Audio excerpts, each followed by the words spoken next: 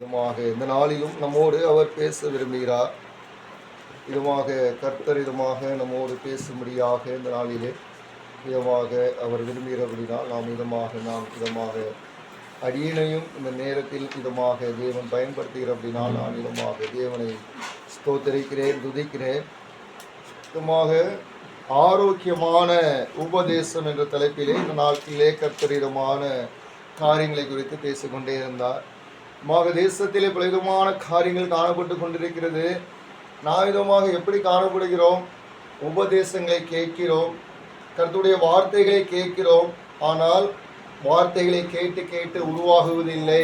நாம் ஒவ்வொரு நாளும் நம்மை உருவாக்க வேண்டும். நாம் விதமாக புத்தினமாக தான் காணப்படுகிறோம். நாம் விதமாக ஆரோக்கியமாய் நாம் வாழ்வதில்லை என்று சொல்லி ஆவியானவர் இந்த நாட்களிலே நம்மோடு விதமாக பேசுகிறார். நாம் விதமாக வாசிப்போம். யோவான் 6ஆம் அதிகாரம் 6ஆம் வசனத்திலிருந்து 11ஆம் வசனம் வரை வாசிங்க.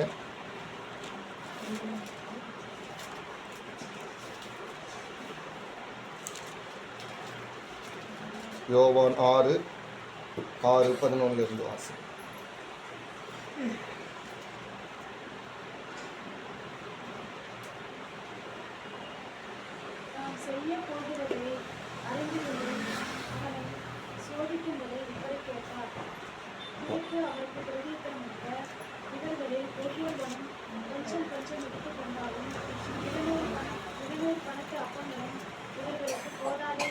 யோவான் 6:6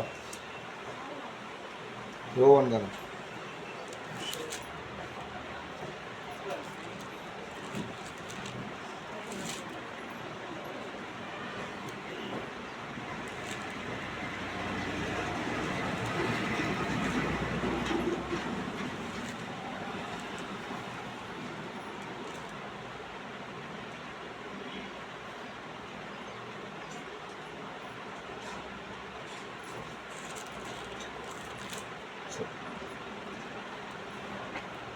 இந்த வசனத்தை நான் பிறகு சொல்கிறேன். அதாவது இயேசு கிறிஸ்து இதமாக கடந்து வருகிறார். இதமாக அங்கே இதமாக வலைகளை போட்டு இதமாக அவர்கள் மீன் பிடித்து கொண்டிருக்கிறார்கள். மீன் பிடிக்கும் போது இதமாக அவர் இதமாக மரித்து 3 நாள் அவர் இதமாக உயிரோடு எழும்பிவிட்டார். உயிரோடு எழும்பின பின்பு இதமாக அவர் இயேசு என்று அறியாதிருக்க அவர் கேட்கிறார். இதமாக எனக்கு சாப்பிட ஏதாவது கிடைக்குமா என்று சொல்லி அவர் இதமாக கேட்கிறார். விதமாக அதை அறியாதிருந்த சீசர்கள் விதமாக அவர்கள் சொல்லுகிறார்கள். விதமாக எங்களிடத்தில் ஒன்றுமே இல்லையே, முழுவதும் நாங்கள் விதமாக பிரயாசப்பட்டோம், எங்களிடத்தில் ஒன்றுமில்லையே என்று சொல்லுகிறார்கள். அப்போது விதமாக உங்கள் விதமாக வலையை தள்ளி போடுங்கள், ஆழத்திலே போடுங்கள் என்று சொன்ன பொழுது விதமாக திடமான மீன்கள், பெரிய பெரிய மீன்களை விதமாக அங்கே விதமாக பிடிக்கிறார்கள். விதமாக தேவனுடைய ஆவியானவர் இந்த நாட்களிலே விதமாக நம்மோடு பேச ஆரம்பிக்கிறார். விதமாக முழுவதும் விதமாக பிரயாசப்பட்டார்கள். கர்த்தருடைய வார்த்தை அவர்கள் கீழ்ப்படிந்த பொழுதோ விதமாக அவர்கள் அங்கே இருந்து விதமாக மீன்களை அவர்கள் பிடிக்கிறவர்களாக மாற்றினார். மீன்களை பிடித்தார்கள். மீன்கள் என்றால் விதமாக ஆத்துமாக்களை இதமாக குறிப்பிட்டு இதமாக பேசுகிறது. விதமாக ஆத்துமாக்களை பிடிக்கிறவர்களாய் நம்மளை இதமாக மாற்றி இருக்கிறார். நான் ஒரு விசுவாசி, நான் என்ன ஆத்துமா அறுவடை செய்ய போகிறேன் என்று நீங்கள் நினைக்கலாம். இதுமாக உங்கள் ஒவ்வொருவரையும் இதமாக சுவிசேஷகராக கர்த்தர் மாற்றியிருக்கிறார். அதை நினைத்துக் கொள்ள வேண்டும். ஆத்தும அறுவடை செய்ய வேண்டும் என்ற நோக்கங்களை கொடுத்திருக்கிறார். உங்கள் ஒவ்வொருவரையும் ஊழியக்காரர்களாய் மாற்றுகிறார், ஒவ்வொரு ஊழியக்காரிகளாய் மாற்றுகிறார். தேவன் இந்த நாளிலே உங்களோடு இதமாக பேசுகிறார். ஆரோக்கியமான உபதேசத்தை நாம் முதலாவது கற்றுக்கொள்ள வேண்டும். இதமாக அவர் இதமாக வலையை போட சொன்னார். அந்த வலையானது இதமாக அவர்கள் சமுத்திரத்திலே போட்ட பொழுது திரளமான மீன்களை அவர்கள் அங்கே பிடிக்கிறார்கள். ஆரோக்கியமான உபதேசம், அந்த உபதேசத்தை நாம் இதமாக ஜனங்களிடத்திலே நாம் கொடுக்கும் பொழுது, அந்த ஜனங்களிடத்திலே நாம் ஆரோக்கியமான உபதேசத்தை நாம் கொடுக்கும் பொழுது இதமாக அநேக ஆயிரக்கணக்கான ஜனங்கள் நம் மூலமாக ரட்சிக்கப்படுவார்கள். நம்முடைய சபை நிரப்பப்படும். நாம் ஆரோக்கியமாக வாழலாம். அந்த ஆரோக்கியமான வசனத்தின்படி நாம் வாழ வேண்டும் என்று கர்த்தராகிய இயேசு கிறிஸ்து நாட்களிலே நமக்கு இதமாக உரைக்கிறார். இதமாக 2 தீமோத்தேயு 1:13-14 வசனங்களை வாசிக்கலாம்.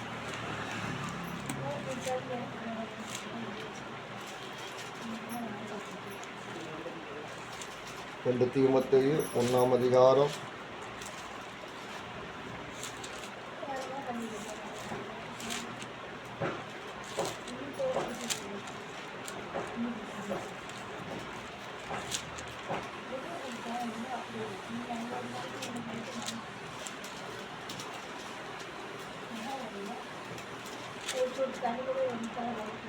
2 தீமோத்தேயு 1 அதிகாரம்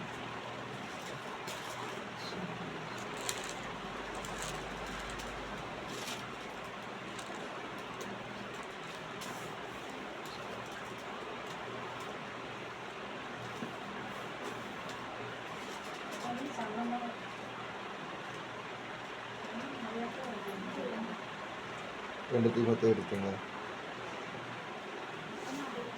1 அதிகாரம் 13-14. நீ கிறிஸ்து இயேசுவை பற்றும் விசுவாசத்தோடும் அன்போடும் என்னிடத்தில் கேட்டிருக்கிற ஆரோக்கியமான வசனங்களின் சட்டத்தை கைக்கொண்டீர்கள். உன்னிடத்தில் ஒப்புவிக்கப்பட்ட இந்த நற்பொருளை நமக்குள்ளே வாசம் பண்ணுகிற பரிசுத்த ஆவியினாலே காத்துக்கொள்.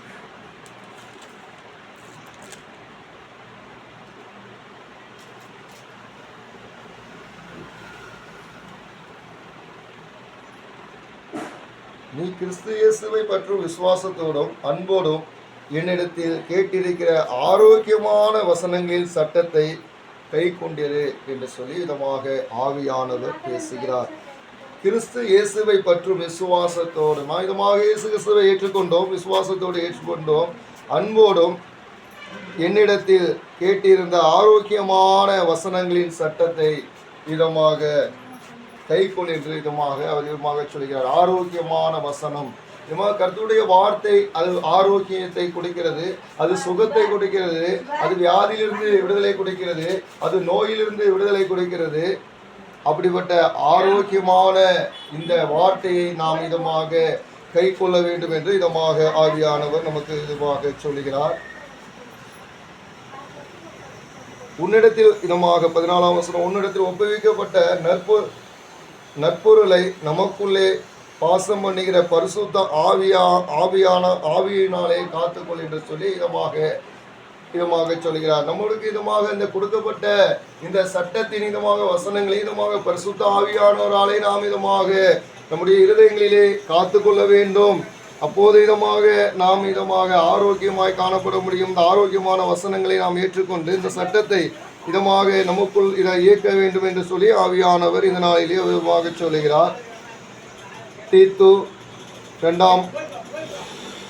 2 அதிகாரம் 1-2 வரை. தீத்து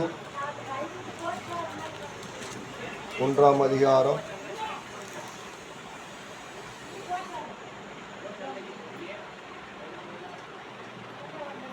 2 அதிகாரம் 1-2. ஆரோக்கியமான உபதேசத்துக்கு ஏற்றவர்களை பேசு.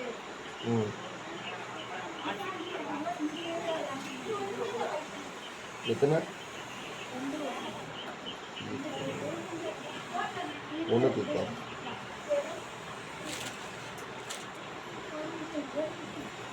வாசிங்க. நீயோ ஆரோக்கியமான உபதேசத்துக்கு ஏற்றவைகளை வாசிங்க 2. ஜாக்கிரதை உள்ளவர்களும் நல்லொழுக்கம் உள்ளவர்களும் தெளிந்த புத்தி உள்ளவர்களும் விசுவாசத்திலும் அன்பிலும் பொறுமையிலும் ஆரோக்கியம் உள்ளவர்களாகும்படி சொல்லு. நீயோ ஆரோக்கியமான உபதேசக்கேற்றவைகளை பேசு என்று சொல்லி இதமாக ஆவியானவர் இந்த நாளிலே இதமாக சொல்கிறார். நாம் இதமான ஆரோக்கியமான உபதேசங்களை குறித்து நாம் பேச வேண்டும். சபையிலாக இருந்தாலும் சரி, ஊழியக்காரர்களாக இருந்தாலும் சரி, இதமாக நாம் ஆத்மா அறுவடை செய்கிறவர்களாக இருந்தாலும் சரி, இதமாக ஆரோக்கியமான உபதேசங்களை குறித்து பேசும்படியாக தேவன் சொல்கிறார். இதமாக ஆரோக்கியமான உபதேசம் என்றால் என்ன? வேதத்திலே கூறியிருக்கிறது. இதமாக கர்த்தருடைய நாமத்தினாலே அதிசயங்கள் அற்புதங்கள் நடந்தது. குருடர்கள் பார்வையடைந்தார்கள், செவிடர்கள் கேட்டார்கள், அநேக காரியங்களை நாம் இதுமாக பார்க்கிறோம். இதமாக ஆரோக்கியமான உபதேசங்களை நாம் உட்கொள்ள வேண்டும் என்று விதமாக ஆவியானவர் இந்த நாட்களிலே பேசுகிறார். முதிர் வயதில் புருஷர்கள் ஜாக்கிரதை உள்ளவர்களை, நல்ல ஒழுக்கம் உள்ளவர்களும் தெளிந்த புத்தி உள்ளவர்களும் விசுவாசத்தில் அன்பில் பொறுமையிலும் ஆரோக்கியம் உள்ளவர்களாக இருக்கும்படி புத்தி சொல்லு என்று சொல்லி இதமாக தேவன் இதமாக சொல்கிறார். நாம் இதமாக புத்தி சொல்ல வேண்டும். மற்றவர்களிடத்தில் தேவனுடைய வசனங்களை கொண்டு, தேவனுடைய வார்த்தைகளை கொண்டு அதிகமாய் நாம் பேச வேண்டும். ஆரோக்கியமான வசனங்களை, தெரிந்த வசனங்களை நாம் இதமாக மற்றவர்களுக்கு நாம் சொல்லும் பொழுது வசனத்தை கொண்டு நாம் பேச வேண்டும். வசனத்தை கொண்டு பேசும் பொழுது அவர்களுடைய இதமாக ஆத்மாவில் ஒரு விதமாக துக்கப்பட்டிருந்தால் இதமாக நீங்கள் வசனங்களை கொண்டு அவர்களிடத்தில் நீங்கள் பேசும் பொழுது அங்கே இதமாக சமாதானம் உண்டாகும், சந்தோஷம் உண்டாகும். இதமாக நாம் வசனங்களை எந்த இடத்திலும் இதமாக நாம் பேச வேண்டும். வசனங்களை பேசும் பொழுது அது ஒரு ஆரோக்கியமான காரியங்களாய் காணப்படும். நாம் இதமாக வசனங்களை பேசுவதில்லை. அநேக இடங்களிலே நாம் வசனங்களை குறித்து பேசுவதில்லை. ஏனென்றால் நாம் இதமாக நினைத்து கொண்டிருக்கிறோம் மற்றவர்கள் நம்மை தவறாய் நினைப்பார்களே என்று சொல்லி இதமாக நினைக்கிறோம். இதமாக நாம் பொறுமையோடு இதமாக கர்த்தருடைய வார்த்தை சொல்லுகிறது. ஆரோக்கியமான வசனங்களை இதமாக பேச வேண்டும். உபதேசங்களை, தேவனுடைய ஆரோக்கியமான உபதேசங்களை மற்றவர்களோடு நாம் சொல்ல வேண்டும் என்று ஆவியானவரின் நாட்களில் திருவுளம் பற்றுகிறார்.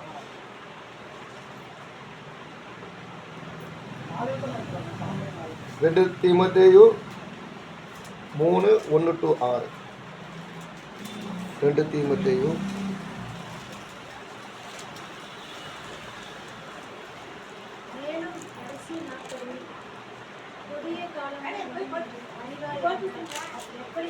மனுஷர்கள் தற்பிரியராயும் பணப்பிரியராயும் வீம்புக்காரராயும் அகந்தை உள்ளவர்களாயும் தூசிக்கிறவர்களாயும் தாய் தகப்பன்மாருக்கு கீழ்ப்படியாதவர்களாயும் நன்றி அறியாதவர்களாயும் பரிசுத்தம் இல்லாதவர்களாயும் சுபாவம் அன்பில்லாதவர்களாயும் இணங்காதவர்களாயும் அவதூறு செய்கிறவர்களாயும் எச்சையடக்கம் இல்லாதவர்களாயும் கொடுமை உள்ளவர்களாயும் நல்லோரை பகைக்கிறவர்களாயும் துரோகிகளையும் துணிகரம் உள்ளவர்களையும் இருமாப்புள்ளவர்களையும் தேவ பிரியராய் இல்லாமல் சுகபோக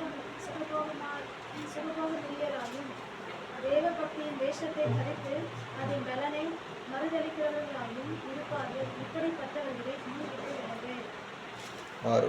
பாவங்களால் நிறைந்த பற்பல இச்சைகளால் இழுப்புண்டு இழுப்புண்டு என்று சொல்லி விதமாக வேதம் சொல்லுகிறது. இதுவாக மேலே கொடுக்கப்பட்டிருக்கிறது. மேலும் இதமாக கடைசி நாட்களில் கொடிய காலங்கள் வரும் என்று அறிவாயாக என்று வேதம் சொல்லுகிறது. இப்போது கொடிய நாட்கள் வந்திருக்கிறது. பஞ்சங்கள் உருவாயிருக்கிறது. பலவித இடத்திலே பூகம்பங்கள் உருவாயிருக்கிறது. பல இடங்களிலே பலவிதமான காரியங்கள் தேசங்களிலே காணப்பட்டு கொண்டிருக்கிறது.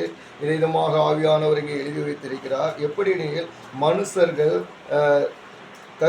பிரியராயும் பணப்பிரியராயும் வீம்புக்காரராயும் அகந்தை உள்ளவராயும் தூசிக்கிறவர்களாயும் தாய் தகப்பன்மாருக்கு கீழ்ப்படியாதவர்களாயும் நன்றி மறந்தவர்களாயும் நன்றி அறியாதவர்களாயும் பரிசுத்தம் இல்லாதவர்களாயும் சோப அன்பில்லாதவர்களாயும்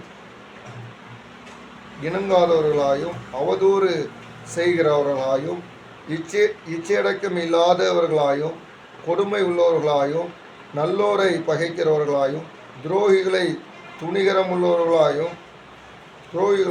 துணிகரமுள்ளவர்களாயும் இரு மாப்புள்ளவர்களாயும் தேவ பிரியராயிராமல் சுகபோக பிரியராயும் தேவ பக்தியின் வேஷத்தை தரித்து அதன் பலனை மறுதளிக்கிறவர்களாயும் இருப்பார்கள். இப்படிப்பட்டவர்களை நீ விட்டு விலகு என்று சொல்லி இதமாக வேதம் சொல்கிறது. இப்படிப்பட்ட பாவ சிந்தனையில் இருக்கிறவர்களோடு நாம் இதமாக ஐக்கியம் வைக்கக்கூடாது, இவைகளை விட்டு விலக வேண்டும் என்று சொல்லி விதமாக ஆவியானவர் இதமாக திருவலம் பற்றுகிறார். இதமாக 6ஆம் வசனத்திலே சொல்கிறது, பாவங்கள் நிறைந்து பற்பல இச்சைகள் இழுப்புண்டு என்று சொல்லி அதில் போட்டு விதமாக ஒரு பாவத்தை பார்த்தால் அந்த பாவத்தை நாம் பார்த்து அந்த பாவம் செய்கிறோடு நாம் சேர்ந்தால் இதமாக அந்த பாவம் செய்கிறோடு நாம் பாவம் செய்கிறவர்களாக பாவிகளாக மாறிவிடுவோம். அது நம்மை இழுத்து இதமாக எப்படி இதமாக இரும்பை இதமாக காந்தம் இழைக்கிறதோ அதுபோல நம்மை இதமாக பாவம் செய்து வைத்து விடுவார்கள்.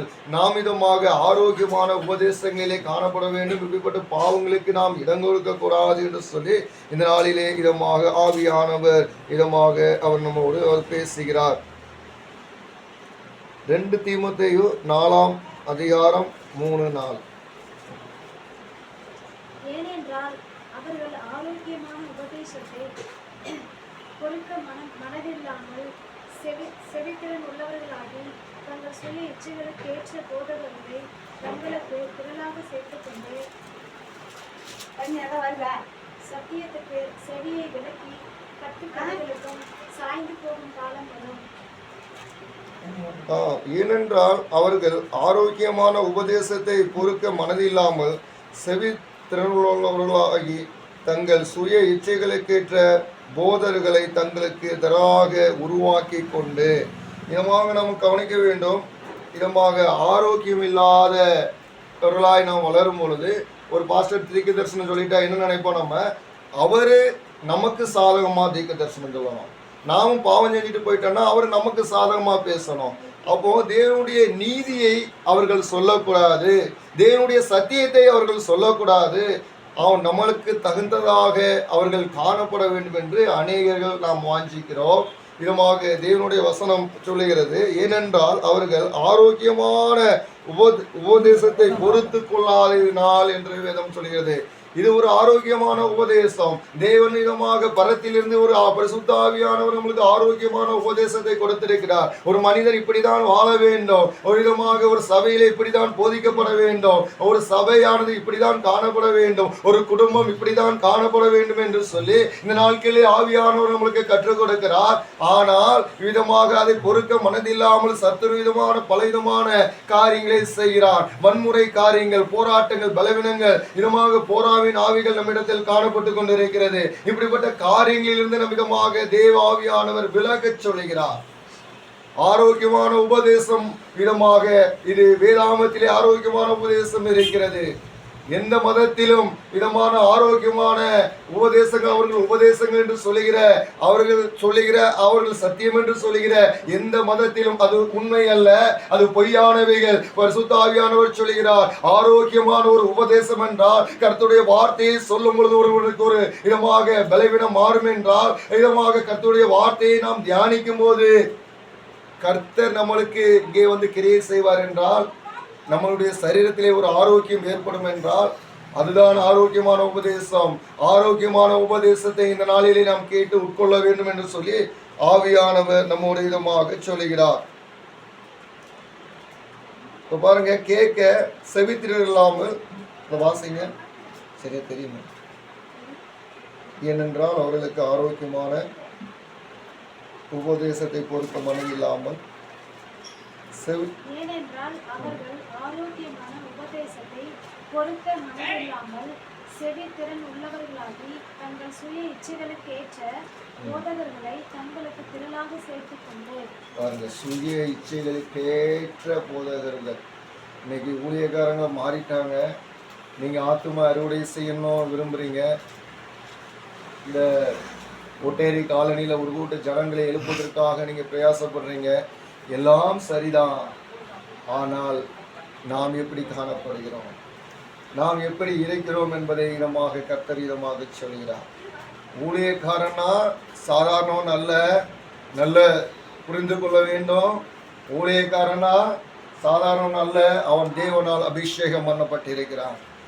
விதமாக நான் ஒரு தடவை ஒரு பிரதர் வந்து சொல்லிட்டாங்க, அவருடைய ஃபேமிலி மேட்டரை சொல்லிட்டாங்க. அவர் அழுது ஜெபம் பண்ணார். அவருடைய குடும்பத்தில் ஒரு சூழ்நிலை நடந்து போச்சு, அதனால் அவர் ஜெபம் பண்ணிட்டு இருந்தார். அவர் என்ன சொன்னார்னா, அதுக்கு சம்மந்தப்பட்ட ஒரு நபரை சொல்லி பேரை சொல்லி இவருக்காக நீங்கள் ஜெபிங்க, அவன் செத்துறணும், அந்த குடும்பத்தில் இன்னொரு நபரும் செத்துறணும்னு சொல்லிட்டாங்க. இவர் என்ன இப்படியே டெய்லி சொல்லிகிட்டு இருக்கும்போது நான் என்ன பண்ணிட்டேன், ஒரு நாள் ஆண்டவரே உங்களுக்கு சித்தமான அந்த மனிதரை எடுத்துக்கொள்ளும்பா அப்படின்னு சொல்லி ஒரு வார்த்தையை சொல்லிட்டேன். சமீபத்தில் அந்த மனிதர் இறந்து போயிட்டார். இவர் ஜெபம் பண்ணியிருக்காரு, அதுக்கப்புறம் அவர் ஜெபம் பண்ணியிருக்காரு, நான் உணர்ந்துக்கிட்டேன். அந்தால இதை கேள்விப்பட்டோன்னே ஆண்டவர் என்கிட்ட கேட்குறாரு, அந்த மனிதர் இறந்துட்டாருன்னு கேட்டவுடனே எனக்கு மனசில் ரொம்ப துக்கமாக இருந்துச்சு. ஒரு நாள் ஜெபம் பண்ணிட்டு இருக்கும்போது கேட்டார், இந்த ஆத்மாவுக்கு யார் உத்தரவாதி இருக்கு? ஆண்டவரே என்ன சொல்கிறீங்க? நான் ஜெபிச்சதை என் கண் முன் நிறுத்துறாரு. நான் என்ன சொல்லி ஜெபிச்சனோ அதை நிறுத்தி ஆண்டவர் கேட்டாரு, யார் உத்தரவாதி? நீ அபிஷேகம் பண்ணப்பட்டிருக்கிற, யார் உத்தரவாதி? உன் வாயிலிருந்து என்ன காரியத்தை சொல்லி ஜெபிக்கிறேன்னு கேட்டாரு. நான் அழுனேன், ஆண்டவரே நான் தெரியாமல் செஞ்சுட்டேன், மன்னிச்சிருங்க அப்படின்னு சொல்லி. ஆனால் விதமாக ஊழியக்காரனுடைய வாயிலிருந்து வருகிற வார்த்தை பலிக்கும். முதலாவது அதை நம்ப வேண்டும். ஹல்லேலூயா, ஹல்லேலூயா. அவர் டம்மியா இருக்கிறாரு, அவர் பார்க்க கேவலமா இருக்கிறாரு, அவர்கிட்ட வல்லமை இல்லை, வரங்கள் இல்லை என்று நினைக்காதீங்க. தேவனால் அபிஷேகம் பண்ணப்பட்டவர்கள்.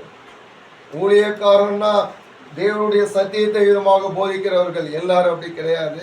சிலர் அவங்களுக்கு ஏற்ற மாதிரி வடிவமைச்சுக்கணும்னு பார்க்காதீங்க, வடிவமைச்சுக்கணும்னு நினைக்காதீங்க. எந்த ஊழியக்காரனும் தனக்கேற்றபடி வாழ வேண்டும், தனக்கேற்றபடி இருக்க வேண்டும் என்று நினைக்காதீங்க. தயவு செய்து நீங்க நினைக்காதீங்க. கர்த்தருடைய ஆவியானவர் என்று சொல்லுகிறார் விதமாக,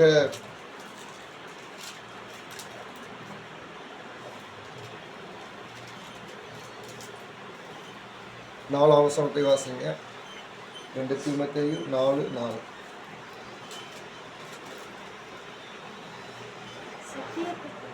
சத்தியத்துக்கு செவியை விலக்கி கட்டு கதைகளுக்கு சாய்ந்து போகும் காலம் வரும். பாருங்க, சத்தியம் என்றால் உண்மை. இந்த உண்மைக்கு செவியை விலக்கி, இப்போ அநேக சபைகளில் நடந்துட்டு இருக்கு. செவியை விலக்கிடுறாங்க. பொய் சொல்றவங்க நம்புவாங்க, உண்மையை சொல்றவங்கள நம்ப மாட்டாங்க. யார் பொய் சொல்கிறார்களோ அவர்களை மிகவும் நல்லவங்கன்னு சொல்லுவாங்க. உண்மையை பேசுகிறவர்களை விதமாக நம்ப மாட்டாங்க. சத்தியத்துக்கு செவி விலக்கி கட்டுக்கதைகளுக்கு சாய்ந்து போகிற காலம் வந்துவிட்டது. நிறைய பேர் கட்டுக்கதைகளை கேட்கிறார்கள். சினிமா படத்தில் வர்றது கட்டுக்கதை தான், அநேக கட்டுக்கதைகள். நாடகத்தில் வர்றது கட்டுக்கதை தான். நாடகத்தில் நடக்கிற சம்பவத்தை காட்டுறாங்க, சினிமா படத்தில் நடக்கிற சம்பவத்தையா காட்டுறாங்க. கற்பனை கதைகள், கட்டுக்கதைகள். இந்த சத்தியத்தை விட்டு விலகி கட்டுக்கதைகளை நாம் பேசிக் கொண்டிருக்கிறோம். கற்பனை கதைகளை நாம் பேசிக் கொண்டிருக்கிறோம். பொய்யானவைகளை பேசிக் கொண்டிருக்கிறோம். முதலாவது நாம் இந்த சத்தியத்திற்கு, சட்ட புத்தகத்திற்கு நாம் இடம் கொடுக்க வேண்டும். இந்த சட்ட புத்தகத்தை பரிசுத்த ஆவியானவர் ஒவ்வொருடைய கரங்களில் நாம் கொடுத்திருக்கிறார். இதமாக ஆரோக்கியம் இருக்கிறது. இந்த ஆரோக்கியத்தை நாம் உணர்ந்து பார்க்க வேண்டும். ஒன்றும் இல்லை, காலையில எழும்புங்க. உங்களால ஜெபம் பண்ண முடியலையா, சேர்ல உட்கார்ந்துக்காங்க. உங்களால ஒருவேளை சேர் இல்லையா, கீழே உட்கார்ந்துக்காங்க. நீங்க உட்கார்ந்துக்கிட்டு உங்களுக்கு தெரிந்த வசனத்தை சொல்லிக் கொண்டே இருங்க. என் பலவீனத்திலே உன் பலவீனத்திலே என்னுடைய பலன் பரிபூர்ணமாய் விளங்கும் என்று சொன்னீங்களே, அப்படி சொல்லிட்டு சோத்திரம் மட்டும் பண்ணிட்டு இருங்க. கொஞ்ச நேரத்துல உங்களை முழங்கால் படிக்கிட்டு ஜெபம் பண்ண வைப்பார். எனக்கு வயசாயிட்டு என்னால் முடியல, என் கால்கள் பலவீனம், சொல்லவே வேண்டாம். கர்த்தாவே உம்முடைய சமூகத்தில் நான் முழங்கால் போட்டு ஜெபம் பண்ணும்பா, இதை மட்டும் நீங்க சொன்னா போதும். அவருடைய ஆரோக்கியமான இந்த உபதேசம், இந்த வார்த்தையானது நமக்குள் கிரியை செய்யும், ஆரோக்கியமானதை தரும். அநேக நேரங்கள் சோர்ந்து போயிடுவேன், அநேக நேரங்களில் பலவீனம் உண்டாகும். ஆனால் தூக்கமயக்கம் வரும். எழுப்பி உட்கார்ந்துட்டு சோத்திரம் மட்டும் தான் சொல்லி கொண்டு இருக்கிறது. அந்த சோத்திரத்தினால் கிருபை பெருகி சில நேரங்களிலே விதமாக அவிசுவாசங்கள் மாறி விதமாக இந்த வசனத்தை சொல்ல சொல்ல சொல்ல ஆவியானவர் அங்கே விதமாக ஆரோக்கியமான காரியங்களை விதமாக கிரியை செய்கிறார். மத்தேயு 2 தீமோத்தேயு 4:2. 2 தீமோத்தேயு 4:2.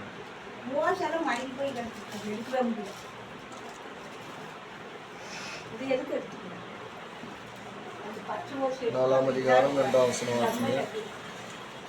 சமயம் வாய்க்காவிட்டாலும் ஜாக்கிரதையாய் திரு வசனத்தை பிரசங்கம் பண்ண எல்லா நீடிய சாந்தத்தோடும் உபதேசத்தோடும் கண்டனம் பண்ணி கடிந்து கொண்டு புத்தி சொல்லு.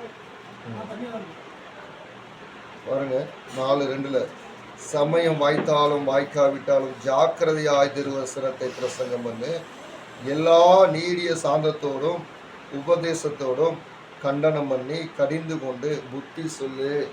என்று ஊழியக்காரருக்கு இதமாக கொடுத்த இதமாக கட்டளைகள் அங்கீதமாக தீமோத்தேயு இதமாக எழுதி வைத்திருக்கிறார். இதமாக கண்டனம் பண்ணி கடிந்து கொள்ளுதல் விதமாக நம்முடைய இருதயத்திற்கு இலைப்பாடுதல் தரும். ஊழியக்காரங்க திட்டுறாங்க, ஊழியக்காரங்க பேசுகிறாங்க, அதனால் நம்ம அவங்ககிட்ட பேசாமல் இருக்கிறோம், அப்படியெல்லாம் நம்ம நினைக்கக்கூடாது. ஆனால் இங்கே என்ன தெரியுதுன்னா, தேவனுடைய வசனத்தை நாம் சொல்லிக்கிட்டே இருக்கணும். யாருக்காவது தேவனுடைய வசனத்தை சொல்லுங்க. சமயம் வாய்த்தாலும் சரி வாய்க்காட்டாலும் சரி, இயேசு நல்லவர், இயேசு நல்லவர் என்பதை ருசித்து பாருங்க. உங்களால சொல்ல முடிஞ்ச வசனங்களை சொல்லுங்க, வார்த்தைகளை சொல்லுங்க. இதோ சமாதானத்தின் தேவன் உங்களோடு இருக்கிறார்னு சொல்லுங்க. நீங்கள் வசனங்களை வார்த்தைகளை நீங்கள் சொல்லும் பொழுது அந்த ஆரோக்கியமான வார்த்தை, அந்த ஆரோக்கியமான உபதேசம் உங்களை நடக்கும். நீங்க மற்றவங்களுக்கு ஜெபம் பண்ணீங்கன்னா அந்த அன்னைக்கு ஃபுல்லா நீங்க சமாதானமா இருப்பீங்க. மற்றவர்களுக்காக நீங்கள் ஜெபிக்க ஆரம்பித்து விட்டால் அந்த என்ன காரியத்திற்காக நீங்கள் ஜெபிக்கிறீர்களோ அந்த காரியம் எல்லாம் உங்கள் குடும்பத்தில் நிறைவேறி கொண்டு இருக்கும். பாருங்க, நிறைய பேருடைய பலவீனங்களுக்காக ஜெபம் பண்ணுவோம். அப்போ நானே பலவீனமா இருப்பேன், அப்போ எப்படி நான் ஜெபிக்க முடியும் அப்படின்னு ஒரு கேள்வி உண்டாகும். ஆனா அவங்களுக்கு பலவீனத்துக்காக ஜெபிச்சு முடிச்சவனுங்க பலன் உண்டாயிரும். கர்த்தர் பலன் கொடுக்க ஆரம்பித்து விடுவார். மற்றவருடைய காரியங்களுக்காக நாம் ஜெபிக்கும் பொழுது கர்த்தர் இறங்கி வருவார். ஹல்லேலூயா, ஹல்லேலூயா. மற்றவர்களுக்காக அழுது புலம்பி நாம் ஜெபிக்க வேண்டும். மற்றவர்களுக்காக, தேசத்திற்காக கண்ணீரை விட வேண்டும். கர்த்தருடைய வார்த்தை என்ன சொல்கிறது? கர்த்தருடைய வார்த்தைக்கு அப்படியே ஆரோக்கியமான உபதேசத்துக்கு நாம் கீழ்ப்படிய வேண்டும். இந்த ஆரோக்கியமான உபதேசத்திலே நாம் நிலைத்திருக்கும் பொழுதுதான், கர்த்தருடைய வார்த்தையில் நிலைத்திருக்கும் பொழுதுதான், கர்த்தருடைய காரியங்கள் நிலைத்திருக்கும் பொழுதுதான் கர்த்தர் நம்மிலிருந்து கிரியை செய்வார். நம்மிலிருந்து அவர் கிரியை செய்ய வேண்டும் என்றால் நாம் அப்படியே கர்த்தருடைய வார்த்தைக்கு கீழ்ப்படிய வேண்டும். கட்டு கதைகளுக்கு நம்முடைய இதமாக செய்தியை கொடுக்க கூடாது. விதமாக நாம் சொல்ல வேண்டும், ஆண்டவரே என்னுடைய காதுல தேவ தாழ்மையும் தேவ தெளிவும் தேவ பரிசுத்தத்தை வைங்கியா நீங்க சொல்லுங்க. யார் என்ன சொன்னாலும் இந்த காதுல வாங்கி இந்த இதயத்தில் நீங்க வைக்கவே மாட்டீங்க, அது அப்படியே போயிடும். உங்கள் காதுகளிலே இதமாக கர்த்தருடைய வார்த்தை அறிவிக்கப்பட வேண்டும். எப்போது நம்முடைய காதுகளிலே செவிகளிலே கர்த்தருடைய வார்த்தை, கர்த்தருக்கு விரோதமான செயல்கள் நம்மிடத்தில் இதுமாக வரக்கூடாது. இதுமாக அந்த வசனத்தில் மறுபடியும் வாசிக்க 2ஆம் வசனம் 4ஆம் அதிகாரம் 2 தீமோத்தேயு 4ஆம் அதிகாரம். சமயம் வாய்த்தாலும் வாய்க்காவிட்டாலும் ஜாக்கிரதையாய் திருவசனத்தை பிரசங்கம் பண்ணு. எல்லா நீடிய சாந்தத்தோடும் உபதேசத்தோடும்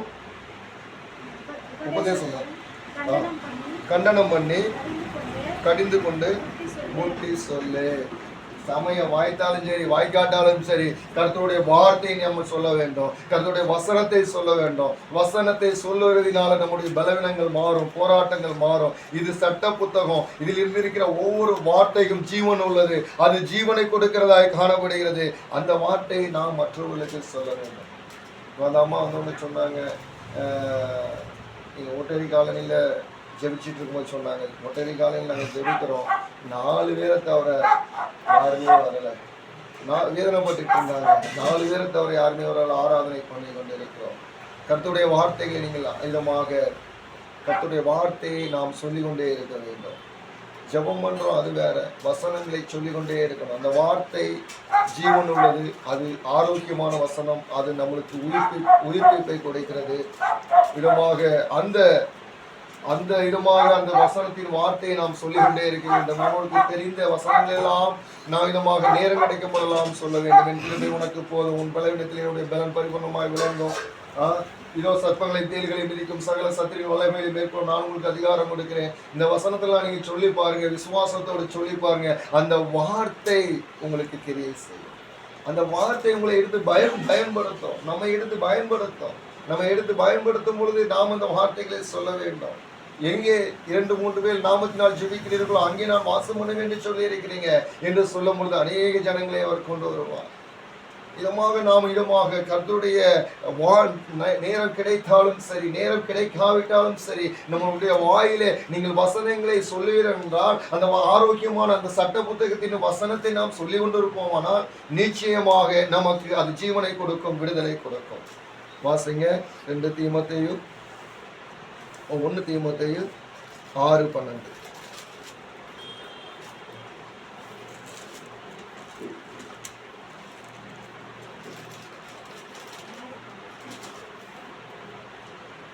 விசுவாசத்தின் ஆ.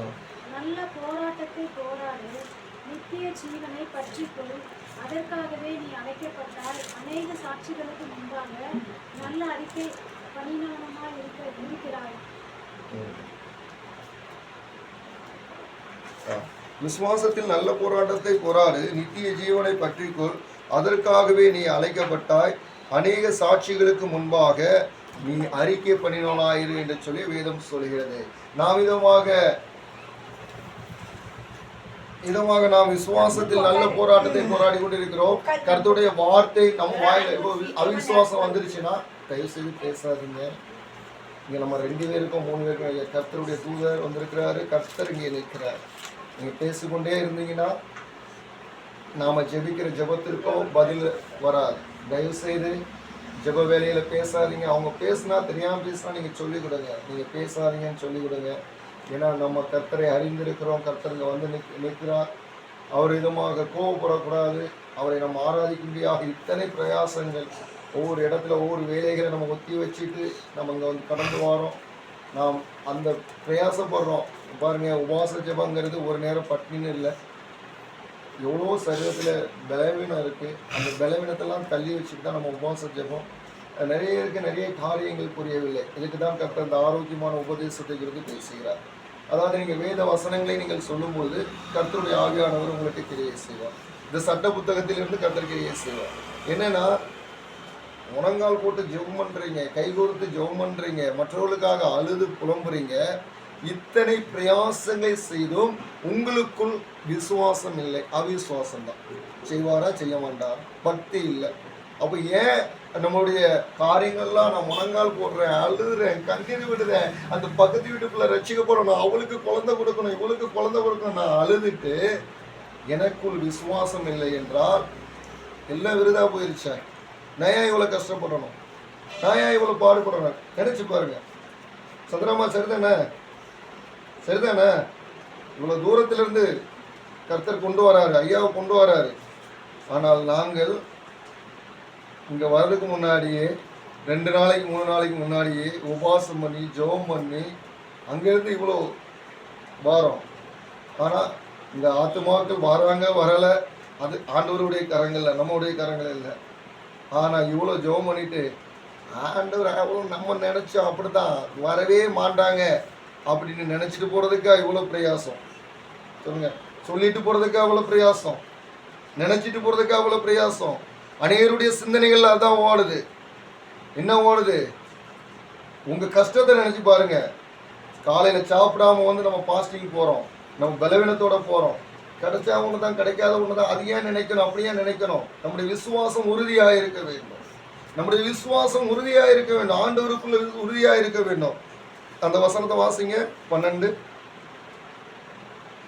11 வாசிங்க.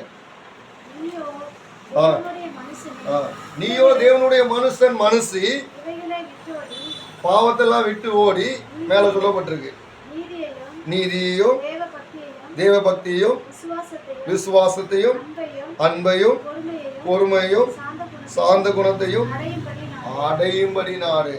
இவையெல்லாம் அடையும்படி நாடணுமா? பாருங்க, மறுபடியும் அதை மட்டும் வாசிங்க.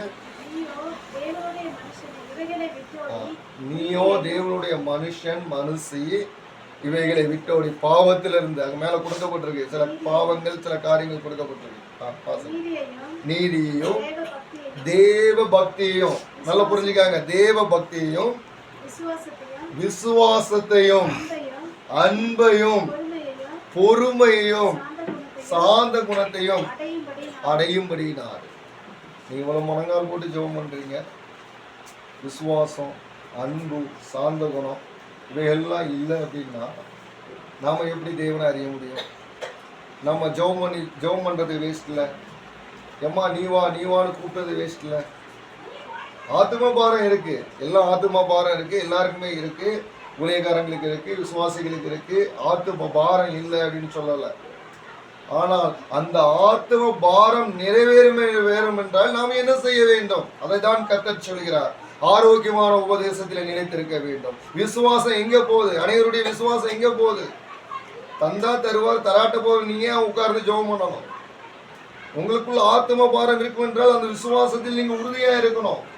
உங்க விசுவாசம் உறுதியா இருக்கணும், ஸ்ட்ராங்கா இருக்கணும். நீங்கள் ஸ்ட்ராங்கா இருக்கும்போது பாருங்க, மறுபடியும் அந்த வசனத்தை வாசிங்க. நீதியையும் நீதி வாசிங்க. ஒரு நிமிஷம். நீதியும், நீதினா தேவ நீதி. அநியாயம் செய்யக்கூடாது, பொய் பேசக்கூடாது, பொல்லாப்பு செய்யக்கூடாது. நீதியும் தேவ பக்தியும், தேவனுக்கேற்ற பக்தி. நம்ம ஒரு இடத்துக்கு வந்திருக்கிறோம், நாம் யாரை பார்க்க வந்திருக்கிறோம், யாரோடு பேச வந்திருக்கிறோம், எப்படிப்பட்டவர், நாம் ஆராதிக்கிற தேவன் எப்படிப்பட்டவர், அவர் பரிசுத்தமுள்ளவரா, அவர் பரிசுத்தமுள்ள கர்த்தர். நம்ம பேசிக்கிட்டே இருந்தோம்னா, ஜபத்துல பேசிக்கிட்டே இருந்தோம்னா ஒன்றும் இல்லை. ஒரு ஸ்கூல்ல நீங்க டீச்சரா இருக்கீங்கன்னு வச்சுக்காங்களேன், ஒரு உதாரணத்துக்கு, அங்க உள்ள பிள்ளைங்கள்லாம் பேசிட்டு இருக்கிறாங்க, நீங்க பாடம் எடுத்துட்டு இருக்கீங்க, உங்களுக்கு எப்படி இருக்கும்? நீங்க சொல்லுங்க, உங்களுக்கு எப்படி இருக்கும்? நம்முடைய அப்பா வந்திருக்கிறாங்க, சரிதானங்க, நம்முடைய அப்பா வந்திருக்கிறாங்க, அவர் மகா பரிசுத்தமுள்ள தேவன் அல்லவா, அவர் பயங்கரமான தேவன் அல்லவா, அவருடைய ரத்தத்தை சிந்திருக்கிறாரே. எந்த கவலையும் இல்லாம நம்ம பேசிட்டு இருந்தோம்னா அவர் வருத்தப்படுவார் அல்லவா? அவர் நம்மை பார்த்து வருத்தப்படுகிறார். என் பிள்ளை இத்தனை வருஷமா இப்படியே தான் இருக்கிறார், இவன் இன்னும் மனம் திருந்தவில்லையே, ஒரு பயபக்தியிலே என்று சொல்லி கர்த்தர் பேசுகிறார். நான் வருத்தப்படுகிறேன் என்று கர்த்தர் சொல்கிறார். வாசிங்க, அடுத்த அந்த 2 வார்த்தையை விட்டுட்டு வாசிங்க. தேவ பக்தியும் விசுவாசத்தையும். இப்ப நம்மளுடைய விசுவாசம் எங்க போச்சு சொல்லுங்க? நம்முடைய விசுவாசம் எங்க போச்சு? நான் யாருடைய சமூகத்துக்கு வந்திருக்கிறேன், நான் யாரிடம் கேட்டுக்கொண்டே இருக்கிறேன். இவ்வளவு நாள் நான் கேட்டேன், எனக்கு கல்யாணம் முடியல, நான் அப்பாவிடம் கேட்டு இருக்கிறேன், நிச்சயமாக தருவார் என்று சொல்லி நாம நினைச்சாதான் அவர் தருவார். வந்தா வரும், வராட்ட வராது அப்படின்னு நினைச்சிங்கன்னா நீங்க ஏன் உபவாசம் போட்டு ஜெபம் பண்ணணும்? நான் கேட்கிற கேள்வி அதான், எனக்குள்ளே நான் கேட்குற கேள்வி அதுதான். நான் ஏன் இவ்வளோ பிரயாசப்படணும், நான் ஏன் இவ்வளோ காசு செலவழிச்சு வரணும்? இது நான் சுயத்திலிருந்து கேட்குறேன், சரிங்களா? நான் ஏன் நடந்தா நடக்கு, நடக்காட்ட போது, வந்தா வராங்க, வராட்ட போறாங்க அப்படின்னு நம்ம சொல்லணும்னா எதுக்காக? அப்படித்தானேயா, எதுக்காக இவ்வளோ பிரயாசப்படணும்? அப்போ நம்ம விசுவாசத்தை நம்ம அடமானம் வச்சுட்டோம்ல, பிசாசுக்கு அடமானம் வைக்கிறோம். யார்கிட்ட அடமானம் வைக்கிறோம்? அவிசுவாசத்தை அவன் உள்ள கொண்டு வந்து விடுதான். எவ்வளவு பலவீனம் இருக்கு சந்திராமா. அங்கிருந்து எங்களுக்கு நடந்து வரோம், அது வருத்தம் தான். நான் கால் வலிக்கு, சரீரம் வலிக்கு உபவாசம் இருக்கிறோம், காலையில் சாப்பிடாம வந்துட்டோம். இவ்வளோ பிரயாசப்பட்டு உள்ளத்துல நம்பிக்கை இல்லைன்னா எதுக்கு? அந்த நம்பிக்கை வேணுமா வேண்டாமா? அந்த நம்பிக்கை வேணுமா வேண்டாமா? நம்ம 2 பேருக்கு 5 பேருக்கு இல்லை, கர்த்தருடைய வார்த்தை முக்கியம். ஹல்லேலூயா, ஹல்லேலூயா. கர்த்தருடைய வார்த்தை, கர்த்தர் சொல்கிறதான வார்த்தை நாம் கவனிப்போம். வாசிங்க. அன்பையும் பொறுமையும் சாந்த குணத்தையும் அடையும்படி நாடு. பாருங்க, அன்பையும் பொறுமையும். அன்பா இருக்கணும். எப்பவும் பார்த்தாலும் நம்ம பொறிஞ்சு மற்றவங்கிட்ட விழுந்துட்டோம்னா மற்றவங்க நம்மகிட்ட பேசவே மாட்டாங்க. இயேசு நல்லவர், இயேசு நல்லவர் தான், ஆனா நீ நல்லவன் இல்லையா அப்படின்னு சொல்லுவாங்க. என்ன நிறைய சொல்றது அப்படிலாம் சொல்லுவாங்க. என்ன சொல்லல, கிறிஸ்தவ சமுதாயத்தை குறித்து பேசுறாங்க. இயேசு நல்லவர், உங்க இயேசு நல்லவர் தாயா, நீங்க நல்லவங்களா வாழலையே. இயேசு அன்பு உள்ளவர் தான், நீங்க அன்பு இல்லையே, உங்கள்கிட்ட அன்பு இல்லையே. வேதம் சொல்கிறது அன்பு இல்லாதவன் தேவனை அறியா. நம்மகிட்ட அன்பு இல்லைன்னா நம்ம வசனம் எங்கேயா இருக்கு? களிமண் போல இருப்போம். நம்மகிட்ட அன்பு இல்லைன்னு நினைச்சுக்காங்க, வெண்கல பாத்திரம் மாதிரியும் களிமண் போல இருப்போம்னு சொல்லி வேதத்துல இங்க கொடுக்கப்பட்டது. அன்பில்லாதவன் தேவனை அறியான் என்று சொல்லப்பட்டிருக்கிறது. நாம் விதமாக தேவனுடைய சமூகத்தில் நம்ம வந்திருக்கிறோம்னா எப்படி காணப்பட வேண்டும் என்று விதமாக விசுவாசத்தையும் அன்பையும் பொறுமையும் சாந்த குணத்தையும் அடையும்படினார். இவையெல்லாம் நம்ம பெற்றுக்கொண்டோமா? இவையெல்லாம் நாம் பெற்றிருக்கிறோமா? இதுவரை நாம் பெற்றுக்கொண்டோமா? நாம் நம்மை நாமே நிதானித்து பார்க்க வேண்டும். நம்மை நாமே நிதானித்து பார்க்க வேண்டும். அன்பு இல்லை, நம்மகிட்ட எரிச்சல் வருது, நீங்க என்ன செய்வீங்க? அன்பை தாங்க நீங்க வேண்டிக் கொள்றீங்க. இந்த சட்டபுத்தருடைய வேதத்தை சொல்ல வேண்டும். அன்பில்லாதவன் தேவனை அறியான், தேவனையும் அன்பை தான். நீங்க வசனத்தை சொல்லுங்க. வசனம் உங்க இருதயத்துல கிரியிச்சு, அது ஜீவன் உள்ளது, அது ஜீவன் உள்ளது, அது ஜீவனுடைய வார்த்தை, தேவனுடைய வார்த்தை. கீழே வாசிங்க, 12க்கு வாசிங்க. 12. விசுவாசத்தில் நல்ல போராட்டத்தில் 6 1 தீமோத்தேயு 6. விசுவாசத்தில் நல்ல போராட்டத்தை போராடு. நான் விசுவாசத்தில் நல்ல போராட்டத்தை போராடினேன், நித்திய நித்திய ஜீவனை ஜீவனை பற்றிக்கொள். பற்றிக்கொள். அதற்காகவே அதற்காகவே நீ அழைக்கப்பட்டாய். நீ அழைக்கப்பட்டாய். அநேக சாட்சிகளுக்கு முன்பாக அநேக சாட்சிகளுக்கு முன்பாக நல்ல அறிக்கை பண்ணினதுமாய் நல்ல அறிக்கை பண்ணினவனாயிரு இருக்கிறாய். சரிங்களா?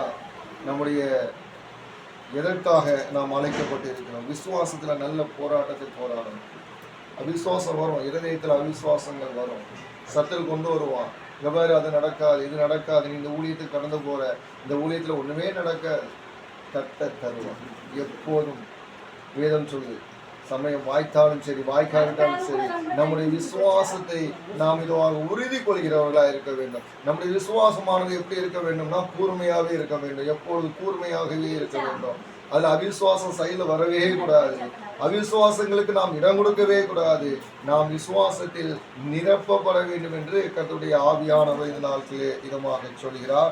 நாம் இதமாக விசுவாச வீரர்களாய் நாம் இருப்போம். விசுவாசத்தில் நல்ல போராட்டத்தை போராடுவோம். நித்திய ஜீவனை பெற்றுக்கொள்வோம். அந்த இயேசு கிறிஸ்துவின் ஜீவனை நாம் பெற்றுக்கொள்வோம். அதற்காகவே நாம் அழைக்கப்பட்டோம். அநேக சாட்சிகளுக்கு முன்பாக நம்ம இதமாக நம்முடைய விசுவாசத்தை அறிக்கை செய்வோம். இயேசு நல்லவர், அவன் ஏற்றுக்கொண்டாலும் சரி ஏற்றுக்கொள்ளாவிட்டாலும் சரி, இதுதாயா உண்மை, இதுதாயா சத்தியம், இதுதான் அந்த இயேசுவை நான் அறிந்திருக்கிறேன், அந்த இயேசப்பா என்னோடு பேசுவார், வசனத்தின் மூலம் பேசுவார், வார்த்தை மூலம் பேசுவார். இந்த ஆரோக்கியமான உபதேசம் நம்ம இதுமாக ஒவ்வொரு நாளும் நடக்கும். சரிங்களா? அதனால பாஸ்டிங் பண்றீங்க, கர்த்தர் சொல்றார், வருத்தப்படுறாரு, பாஸ்டிங் பண்றீங்க. அந்த பாஸ்டிங்குடைய பிரயாசம் என்ன? பெற்றுக்கொள்ள வேண்டும். ஒரு அம்மா மலைக்காக ஜெபிக்க முடியாது போனாங்களாம். பாம்பேயில் நடந்த ஒரு சம்பவம் கேள்விப்பட்டேன். அப்போ கவர்மெண்ட்டை போகிறது மலைக்காண்டி, சின்ன பிள்ளையிலேருந்து பெரிய பிள்ளையிலேருந்து எல்லாம் காரில் போகிறாங்க. மலைக்காக ஒரு மலையில் போய் ஜெபம் பண்ணதுக்கு போகிறாங்க. இவ்வளோத்துக்கு தான். ஆனால் ஒரே ஒரு அம்மா மட்டும் குடை எடுத்துகிட்டு போச்சாங்க. ஒரு வயசான அம்மா குடை எடுத்துகிட்டு போச்சாங்க. அப்போ கேட்டாங்களாம், என்ன பாட்டியம்மா குடையோடு வரீங்க? அதெல்லாம் அவங்க சொன்னாங்களாம், காரில் ஏறி போயாச்சு, நீங்கள் மட்டும் குடை வச்சிருக்கிறீங்க அப்படின்னு ஒன்று. அப்போ நீளமான குடை. நான் அந்த அம்மா சொல்லிச்சான், பாட்டியம்மா சொல்லிச்சான், நம்ம எதுக்காக ஜெபம் பண்ண போகிறோம்? மலைக்காண்டி. மலையை ஏசப்போ உடனே தந்துடுவா, நீங்கள் நினைச்சிட்டு வருவீங்களான்னு கேட்டுச்சான். அங்கே போய் மலைக்காக ஜெபம் பண்ணால் உடனே மழை வந்துருச்சு. 2 மணி நேரம் 3 மணி நேரம் இவங்க வண்டி நிற்கிறதுக்கு அதுக்கு 1/2 மணி நேரம் நடந்து வரணுமா. இவங்க மலையில் நினைஞ்சிட்டு வந்தாங்களாம். அந்த பாட்டி மாத்திரம் கொடையை பிடிச்சிட்டு வந்துச்சான். நாம் எதற்காக ஜெபிக்க வந்திருக்கிறோம்? விசுவாசத்தோடு வர வேண்டும். நான் இன்னைக்கு என் பிரச்சனை மாறுறதுக்கு நான் ஜெபிக்க வந்திருக்கிறேன் அப்படின்னா, என் பிரச்சனை இன்னைக்கு மாறும், ஒரு தீர்வு காணும். இன்னைக்கு நான் வந்திருக்கிற நோக்கம் என்ன? இன்னைக்கு வந்திருக்கிற என்னுடைய செயல் என்ன? இந்த ஆரோக்கியமான உபதேசத்தை நான் கற்றுக்கொள்ளும்படியாக வந்திருக்கிறேன். இந்த ஆரோக்கியமான உபதேசம் என்னிடத்தில் பேசி கொண்டிருக்கிறது. அது ஜீவனுள்ள வசனம், ஜீவனுடைய வார்த்தை. நம்முடைய சரீரத்தில் அது ஆரோக்கியங்களை கொடுப்போம். ஊழியக்காரர்களுக்கு ஆரோக்கியங்களை கொடுப்போம். தேவன் சொல்கிறார், பிரியமானவர்களே, இதுவரை நாம் எப்படி இருந்தாலும் சரி, இதுவரை நாம் எப்படி வாழ்ந்திருந்தாலும் சரி, கர்த்தருக்கு பிரியமாய் வாழ வேண்டும், கர்த்தருக்கு பிரியமாய் பயந்து வாழ வேண்டும் என்று கர்த்தர் சொல்கிறார். கர்த்தர் தாம் இந்த வார்த்தைகளை ஆசீர்வதிப்பார். Hallelujah.